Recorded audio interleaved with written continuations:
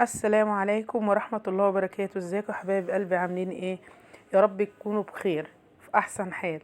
النهارده ان شاء الله مع بعض هنعمل اكل سهل كده وخفيف وكل اطفالنا بتحبه. نعمل مكرونه مكرونه، معلش، مكرونه سباكيتي وهنعمل بانيه. تعالوا نشوف الطريقه ازاي. جبنا كبه ونزلنا فيها بصلايه كبيره متقطعه. معايا هنا بانيه على حسب الكمية اللي عندك بقى، نص كيلو، كيلو، براحتك. معايا بصلاية نزلنا بيها بالكبة، وربع كوباية من المية، ومعلقة ملح، ومعلقة فلفل اسود. تمام كده، تمام. انا ما بحطش اكتر من كده، وشوية بهارات. البهارات دي السبع بهارات بقى. تمام كده، تمام. انا افتح الكبة تاني اهو احطها. سبع بهارات دي جميلة جدا، حلوة قوي، بتخلي الاكل في حتة تانية بجد والله. نضربهم كده مع بعض، نفرم الكلام ده كله كويس لحد ما ينعم جدا، وننزل بيه بقى على البانيه بتاعنا. البانيه بتاعنا انا ده انا غسلاه كويس ومصفياه. تمام. ما تقعديش تغسلي في الفراخ كتير ولا اللحوم كتير عامه عشان ما تزفرش منك. تمام كده. انا غسلته ومصفياه كويس في المصفى زي ما انتم شايفين كده. هنزل بقى على البانيه بتاعنا. تسيبيه بقى ساعتين 3 براحتك، عايزه تسيبيه تاني يوم براحتك خالص. بس على العموم التتبيله دي جميله جدا وبسيطه وسهله، مفيهاش اي افتكاسات، يعني مش كتر توابل. التوابل كتيره قوي بتخلي طعم اللحوم تغير. تمام. هنا بقى جبت حله فيها ميه، خليت الميه تغلي كويس، وحطيت معلقه ملح وشويه زيت، وهننزل بكيسين مكرونه على حسب الكميه بتاعتك بردك.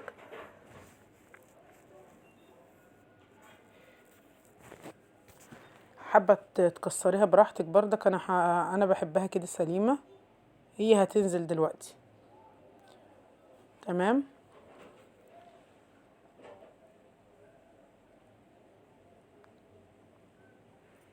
زي ما انتوا شايفين كده اهي، كل مادة بتنزل ايه في المية. نجيب حلة هنا بقى ونعمل الصلصة بتاعتنا. الصلصة بتاعتنا في ناس بقى تعمل المكرونة المكرونة، الصلصة بتاعت المكرونة دي بتعملها بتومة. انا ما بحبش اعملها بتومة. انا بنزل عصرت شفشق من القوطة كويس وصفيته عشان ما بحبش التفل بتاع الطماطم. صفيته كويس ونزلت بيه في الحلة على طول كده. تمام. بقلب هنا المكرونة. سامحوني لو التصوير فيه اي حاجة عشان انا اللي بصور نفسي وكده. تمام.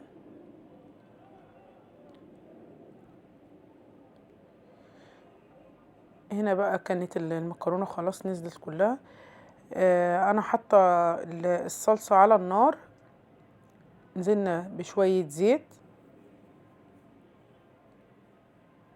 وهحط طبعا البهارات بتاعتها وخلاص. على كده انا ما بحبهاش بالثوم، انا مش بحبها بالثوم. مكرونة بالثوم دي حاجة تانية. المهم، هنا جبنا بيضاية، نزلنا بشوية من الفلفل الاسود طبعا عشان الزفارة بتاعة البيض. تمام. وسنة ملح. وهنا بقى فردت كيس على الرخامة بتاعتي وحاطة فيها الفيجيتار. حاطة ميكس من الفيجيتار العادي والفيجيتار الحار. فيجيتار عادي وفيجيتار حار، بس الفيجيتار الحار مش حراق قوي يعني.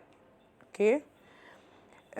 هنا بقى هننزل بالبانيه بتاعنا، نفضه كده من التتبيلة بتاعته. نفضناه من التتبيله بتاعته. تمام. عشان انت لو عملتيه بالتتبيله بتاعته دي هتخلي آه اللهم صل وسلم وبارك عليك يا حبيبي يا رسول الله، هتخلي الفيجيتار ما يمسكش في البانيه. تمام. نفضته كويس من التتبيله بتاعته ونزلت بيه في البيض، وحطينا ربع كوبايه من اللبن. ما عندكيش لبن خلاص استكفي بالبيض. تمام كده تمام. قلبه بقى كويس كده في التتبيله وننزل فيه. بقول لكم هنا ايدي ناشفه اهي، ايدي ناشفه، يبقى ايد مبلوله وايد ناشفه. الايد اللي بتجيبي بيها طبعا انت بتعملي الحاجه لبيتك ولاسرتك ولاهل بيتك، يعني عادي جدا تعاملي بايدك خالص. تمام. الايد الناشفه عشان خاطر الفيجيتار بتاعنا ما يلزقش في ايدك. ايوه كده، واضغطي بقى. تمام. ودلوقتي طبعا انا حاطه طاسه على النار وحاطه فيها الزيت، نزلت فيها بشويه زيت. اوكي.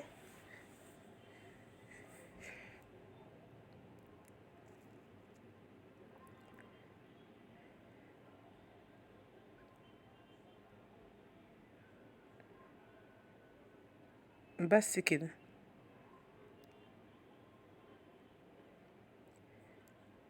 انتوا سكتوا ليه؟ اعملوا لي لايك، اوعوا تنسوا تعملوا لي لايك. اوكي.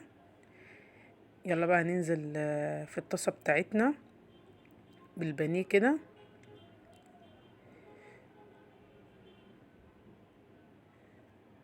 لو حابه تقطعي الخرطه بتاعه البانيه اقل من كده تمام، بس ما انصحش ان البانيه يبقى رفيع قوي، بينشف منك في الطاسه، بينشف منك ما بيبقاش طعمه حلو.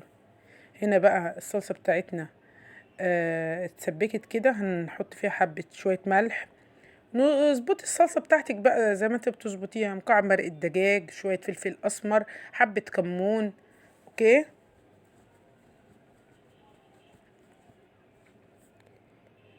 جربوها كده بتبقى طعمها تحفه بجد، احسن من التوم كتير قوي.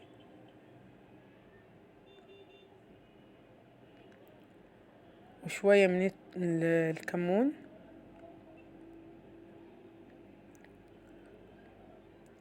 انا ليه بقى مش بقول المكونات اللي هي المقادير بالظبط؟ لاني كل واحده على حسب ما بتعمل وعلى حسب الكميه اللي بتعملها. تمام. يعني اللي بيعمل مثلا ربع كيلو صلصه او ربع كيلو طماطم او نص كيلو طماطم غير اللي مثلا بيعمل كيلو. فانا ما اقدرش احدد لك اقول لك مثلا ربع معلقه فلفل اسود، معلقه ملح، حسب اظبطي حاجتك انتي. بس انا بوريكي الطريقه بس. تمام كده حبايبي. هنا بقى البانيه بتاعنا استوى. هنطلعه كده على شبكة او على منديل. حابة تطلعيه على خضرة ماشي. أكلة خفيفة وسهلة ومش هتاخد معاكي أي وقت في المطبخك يعني.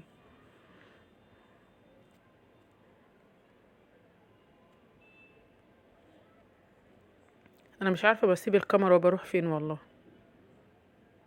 وهنا جبت البانيه، ظلمت نفسك يا عفاف. ما علينا.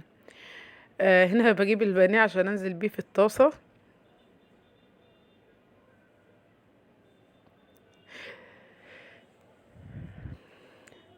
خلاص بقى صفينا المكرونة كده.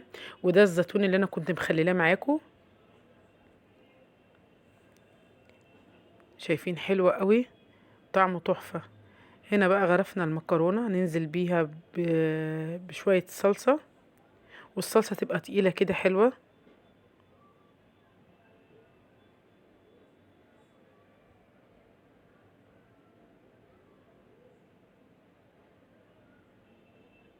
بألف هنا يا رب على قلوبكم، وربنا يحسن ما بين ايديكم.